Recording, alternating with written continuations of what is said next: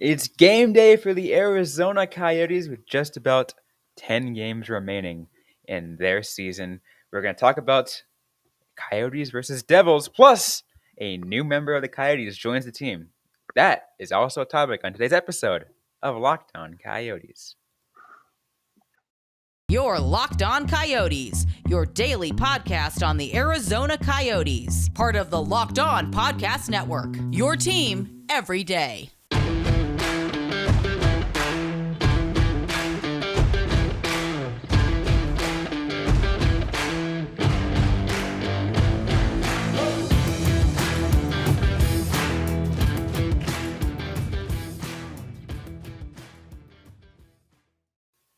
Welcome to the show, everybody. I'm Robyn Leonio. That is Carl Pavlik on this episode of Locked On Coyotes. Arizona Coyotes face off against the New Jersey Devils. We're going to get to that game in a little bit. But first, we do have some signing news we're going to discuss. The Arizona Coyotes have signed a 2-year deal with Nathan Smith. He's set to play in tonight's game, but let's talk about it. I mean, absolutely. Nathan Smith was a intriguing sign or addition by the Coyotes. They acquired him close to the trade deadline from the Winnipeg Jets, along with a contract for Brian Little for a 2022 fourth-round pick. NCAA guy made it clear that he didn't want to play with the Jets. He wanted the opportunity, which is something that we've seen a lot with NCAA players. They want a chance to, make an impact right away, not necessarily spend a couple of years grinding out on the fourth and third lines. And he can get that with the Coyotes. He really Oh, no, I'm sorry. Go ahead. No, I was gonna say, getting that with the Coyotes would make sense, right? Because as we've been talking about all season long, the Coyotes is the kind of season where like anyone has a chance to prove something and they can make a big impact.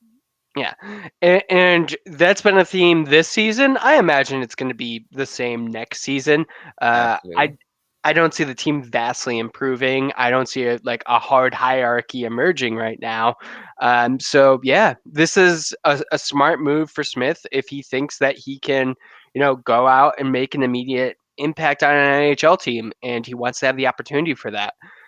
He had 19 goals, 31 assists, 50 points in 38 games in his final year with Minnesota State University. Is that Mankato?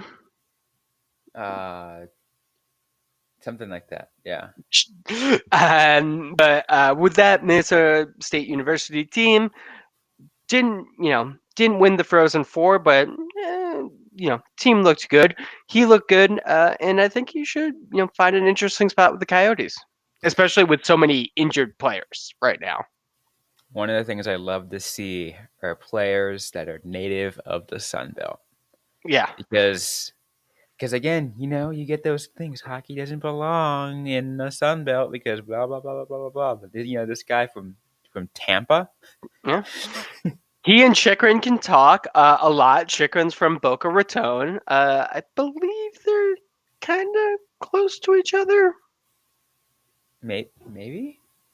But they're Florida, so yeah, it's It's a narrow state, so I imagine most things are kind of close to each other. Absolutely, most things are pretty close. Plus, also let's not forget Shane Gostisbehere from Pembroke Pines, Florida. Oh yeah, I always forget about Gostisbehere also being from Florida. It's gonna be like a real Florida reunion on the Coyotes when Chychrun gets healthy, of course. That'll be fun. Yeah. Get them all together on the line. It's like, hey, it's the Florida group. Yeah, the Florida group. We've already had the Tucson group. There's a decent chance we'll get an NCAA group, especially if Chychrun, or I'm sorry, if Keller, McBain, and Smith all play on a line at some point next year. That's the NCAA line. Oh, isn't that awesome that we're seeing a lot more NCAA players? Yeah. Well, I think a big part of that is we're seeing a lot more United States Development Program players.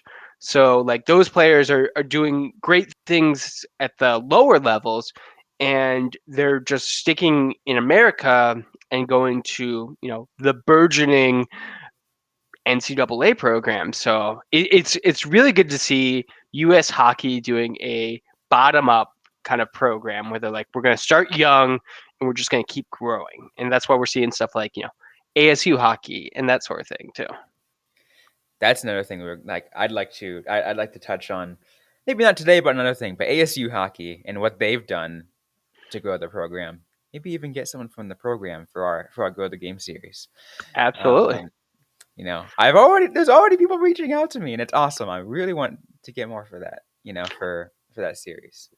Yeah, it definitely would be fun, and we are seeing like not only like Coyotes players and prospects like uh, Shane Doan's son.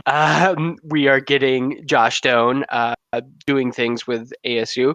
But Joey Decord, who I believe was the first son to play professionally as a goal for the Ottawa Senators, now is with the Kraken, isn't he? Kraken. He's with the Yeah. Kraken. Yeah. So like ASU is not only just like existing as a program, they are developing NHL players, which is great to see for such a young program. Plus, let's be real.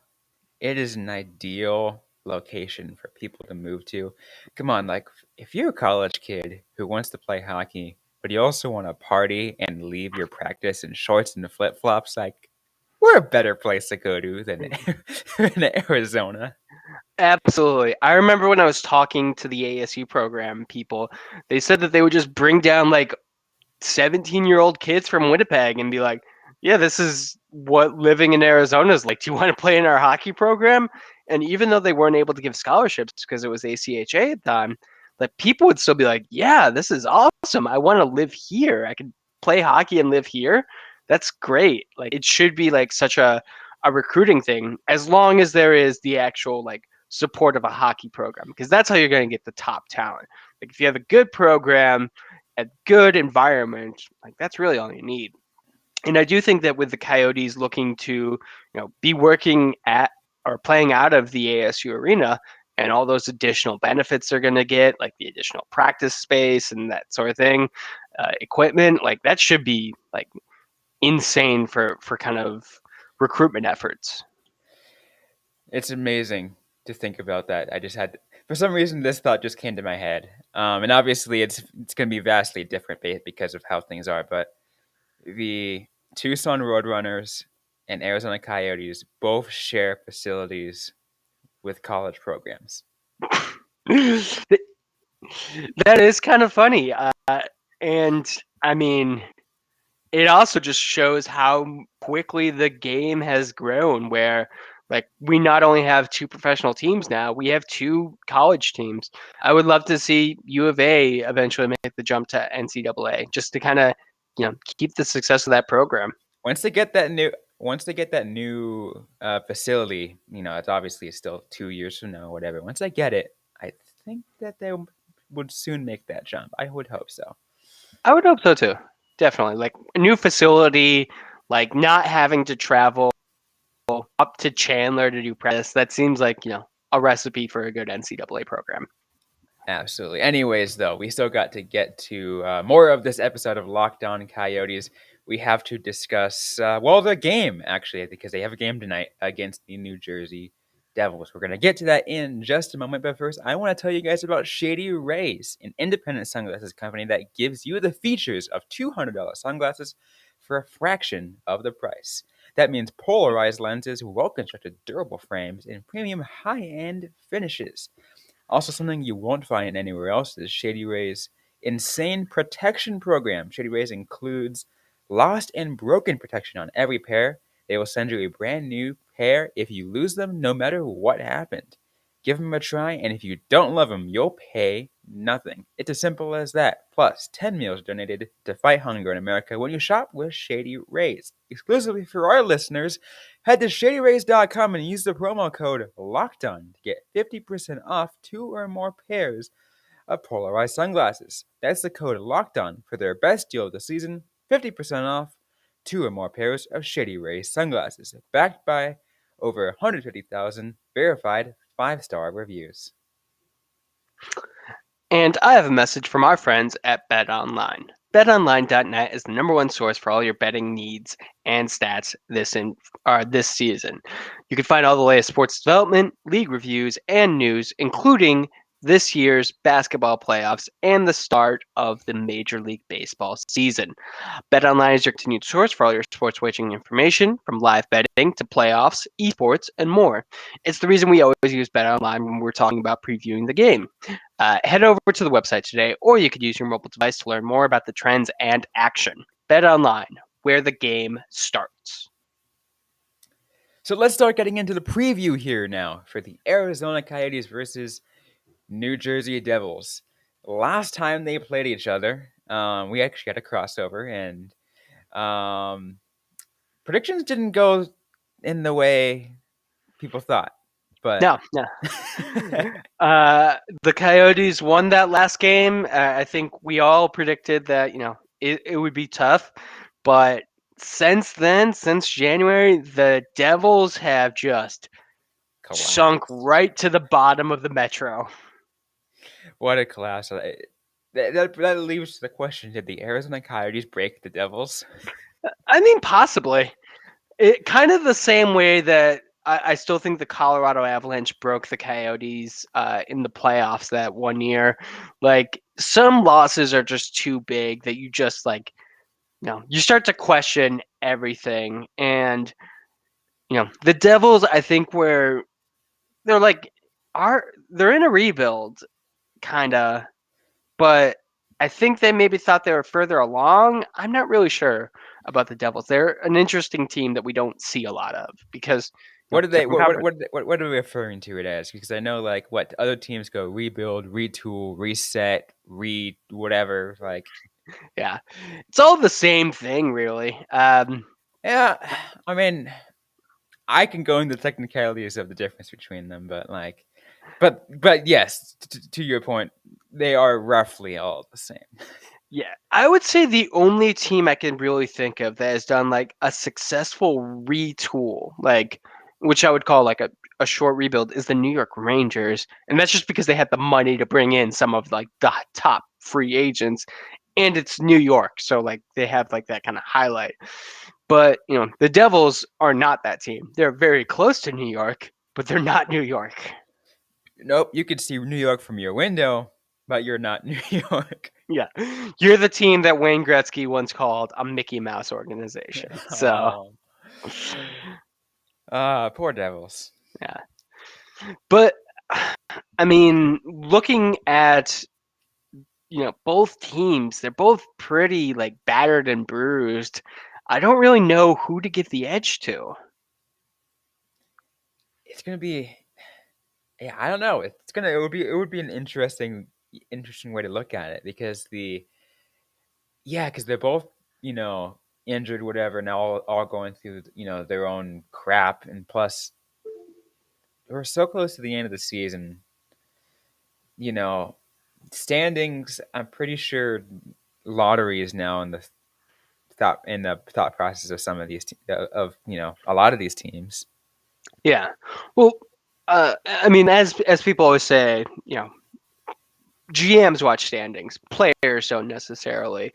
But if you are with the Devils, I wonder if there's kind of a lack of motivation because it didn't look like they were going to be in here. Like the Coyotes, like they have motivation. They know what the season Yeah, is. They knew from the very beginning. And that's why I think we've seen such growth with younger players and the older players. I guess Maybe. I guess you're right because let's remember back to our crossover with Trey when he was saying that he believes that this Devils team is on the up and is a bubble playoff team, Yeah. and he's giving them so much praise, and they've collapsed since then. Yeah. I mean, their top goal scorer is Jack Hughes, and he is out injured. So both teams missing their top goal scorers, which is kind of not great. The Devils will also be missing Mackenzie Blackwood and Jonathan Briere.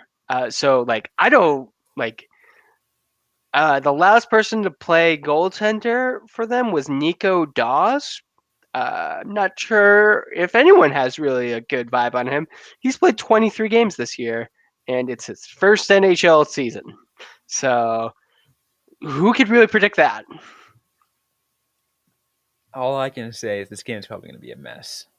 Yeah, I do think that is kind of the best case scenario. Like these two teams are either gonna have a punch each other in the face contest, or they're not even gonna be able to get the puck out of their own zone. It's gonna be a one to watch. It's going to be a cluster. Yeah, It's, absolutely. It's. I I mean, there's no. I don't have any other way of putting it. It's going to be a cluster. we have seen like the Coyotes bad team face off against other bad teams, like the Sharks game, the Montreal Canadiens game. Like these have been some like high scoring affairs. Ottawa, Detroit, like they have gotten like double digit goals. So I do kind of wonder if we're going to get that again. I think, yeah, that's very well possible. It is very well possible. Especially at this point in the season, like you said, when like a lot of these players are probably tired, and they're already battered and bruised. So, Yeah. goaltending too. Like, let's be real. Like we'll see how that goes. I mean, Vejmelka is Vejmelka, but what is you know, Sateri? yeah, like his start wasn't great. No. Um, Who did you start against though? Um, because it was a tougher team, if I recall, than the Devils. was his first game the Canucks game or the Golden Knights game? Wasn't the Golden Knights? Canucks then, or Blues? Let me just confirm. I think it was Blues. Nope, Vancouver. It was Vancouver. Okay. So I wouldn't say Vancouver's the best team, but still better than the Devils. Yeah, and that was a 5-1 game. I mean, here's an example of if you look at the last 3 games for the Arizona Coyotes. 5-1, 5-1, 6-1. Yeah, the Coyotes are struggling to score goals, which makes sense given their lack of offensive weapons. And they're struggling to keep goals out of the net, which, I mean, also makes sense, but it has not been fun to watch. I can't wait till we're done with the season and we can just go full on Shane for Shane. It's close. It is very close. The season is almost over, people. If you have watched every game like we have, it's just one more month. Not even a full month, like half a month. Yeah, you gotta survive the end of this month. That's it. Yeah. That is it. It's what, 11 more games? And then right before the playoffs, is it right before the playoffs starts when they do the little lottery ball thing, Um, or like that same weekend? It's around then, I think, right? let's see.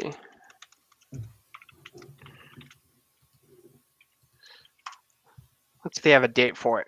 Draft Lottery 2022.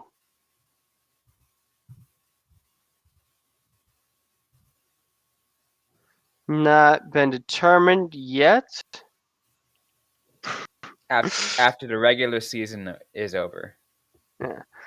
I like the article I pulled up. The NHL Draft Lottery is set for July 7th, so it'll happen at some point before then. Beautiful. Thank you. Yeah, I looking at the same thing too. It says an exact date has not been determined, but will occur after the 2021-2022 regular season is over and the 16-team non-playoff teams are determined. Yeah. The lottery. That's gonna be a fun one, and that's the only thing that we have to really look forward to at this point. Absolutely. We still got more to get to, though, on this episode of Lockdown and Coyotes. It will be prediction time in just a moment. But first, I want to tell you guys about Rock Auto. With the ever-increasing number of makes and models, it is now impossible for your local chain auto parts store to stock all the parts you need. So why endure often pointless or seemingly intimidating questioning? Is your Audacy an LX or an EX? Well, wait for the person behind the counter orders the parts on their computer, choosing only the brand their warehouse happens to carry. You have computers with access to rockauto.com at home and in your pocket. Why choose to spend 30, 50, even 100% more for the same parts from a chain store or car dealership when you can go to Rock Auto, a family business serving do-it-yourselfers for over 20 years? Their prices are reliably low for every customer, and they have everything you could possibly need for brake parts, tail lamps, motor oil, and even new carpet. Go to rockauto.com right now and see all the parts available for your car or truck. And while you're there, write Locked On in their How Did You Hear About Us box so they know that we sent you. Amazing selection, reliably low prices, all the parts your car will ever need. rockauto.com. And now it's time for prediction time. We get to take a look at the lines, courtesy of our friends BetOnline, and we are going to see who's favored and what the betting trend is going to be because um, that's what we do here on the show. We haven't been doing so great the last couple times, but it's a hit or miss. We're like we get it, then we're like, nah, we completely flopped. Yeah. I feel like we are doing okay. The Coyotes just aren't living up to our predictions. This But is we're fair. fine. As in terms of betting sense, we have a better record than that Yeah. guy. Well, I do think we usually give you a good idea of what the trend should be, but we're maybe not taking into account how hurt the Coyotes are, because it does seem like we're finally at a breaking point where just people aren't able to step up as much as they could have, Absolutely. like earlier in the season, which is understandable. Like the Tucson Roadrunners have pretty much been like drained of all of their scorers and defensemen. Which is one of the things I was hoping wouldn't happen. Yeah. Yeah, but hope in one hand, crap in the other. See which one fills first. Yeah, absolutely. Well, let's get to the lines. That the Arizona Coyotes are 1.5 underdogs in this game at Sure. minus 190, plus 129 on the money line. So they are minus 143 if you bet the Devils. So it's a relatively close game. Total points is at 6.5, Mm. which I think, based off how messy the last few games for the Coyotes have been and just how messy the Devils are as a team, could very well go over. Yeah, we have definitely seen the Coyotes like have 6 goal games. Like you said, it's been a lot of 5-1. It was a 6-1 against the Golden Knights. If you look back, the Devils have also had some pretty high scoring affairs like recently as well. Something that you expect from bad teams. And like we said last segment, like this is going to be a situation where they could either be scoring a bunch of goals or they could both teams be stuck in their own zone. So it's tough to really say. I'm going to go over. I am going to say 7-5 New Jersey Devils. 7-5 Devils. Wow, that is a high scoring game for you. I know. I know. Um, I'm also gonna go over not that high scoring, Sure. maybe. I mean, Coward. but still pretty close, pretty freaking close. Okay. Okay. I'm gonna have it a what do I? Oh, I'm gonna have 5-4 New Okay. Jersey Devils. So closer. Closer. Empty net or overtime or regulation? Regulation. Regulation 5-4. Any special team goals, shorthanded or power play, do you think? Ooh, that's a good question. Based off how the Coyotes have been playing lately, shorthanded from the Devils. Shorthanded from the Devils. I like that prediction. I don't know how the Devils' penalty kill is, but the Coyotes do seem like the type of team that would give up a shorthanded goal. Exactly. They have multiple times this year. They have, yes, in very inopportune moments, because the power play is just not that good. It's what leads to their. It's one of the big things that leads to their second period collapses. Mhm. And just like in general, like their inability to score on a power play really like makes it difficult for them to take control of games. Like there's been like a number of times where you can just like be like if you score here, you could tie it up or you can gain the lead or you could do something, but they just can't and they just like are stuck. And that's just one of those things. Do you think Smith scores in his debut? He gets a point. Point. I like that. I I like won't that. say which, but he gets a point. You're like, it could be a goal, could be a primary assist, could be a secondary assist. It's gonna be a point.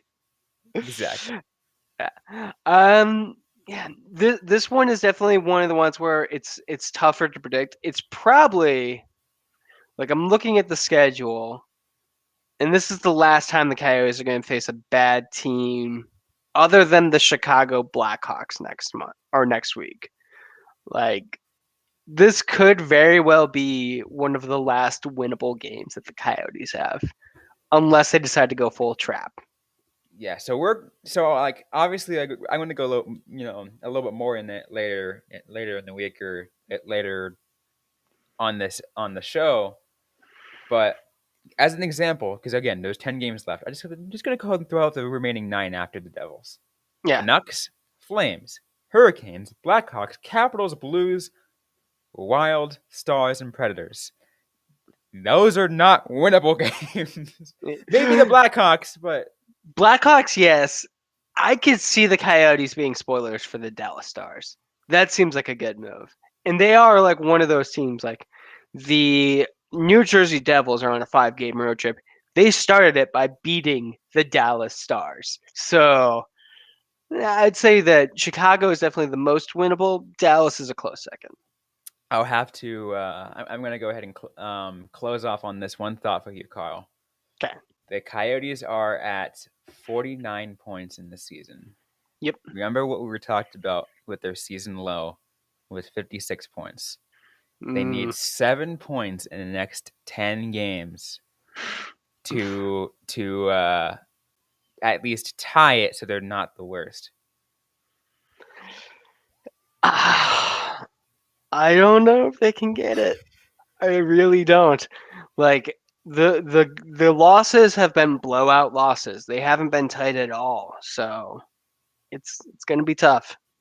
It is going to be tough, but we are going to discuss more about that later this week, Hmm. or maybe even next week. Who knows how things go? It's the podcast we never know when it comes up with some news, because we can get a drop dead news that happens later today. Yeah. Uh, like the season is winding down, but it's not over yet. And there's still plenty of craziness that could happen.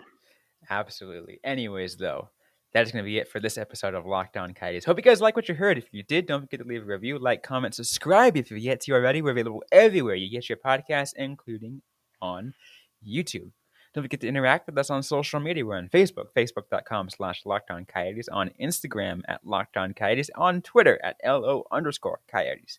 I am personally at Robyn_Leonio. Carl Pavlik is Carl Pavlik FFH. Follow us, interact with us, ask us a question, we might answer them right back, or on a future episode of the Locked On Coyotes podcast. Thanks again, everyone, for listening to today's episode. Hope you guys are staying safe out there. Hope you guys are staying healthy. And don't forget to howl on.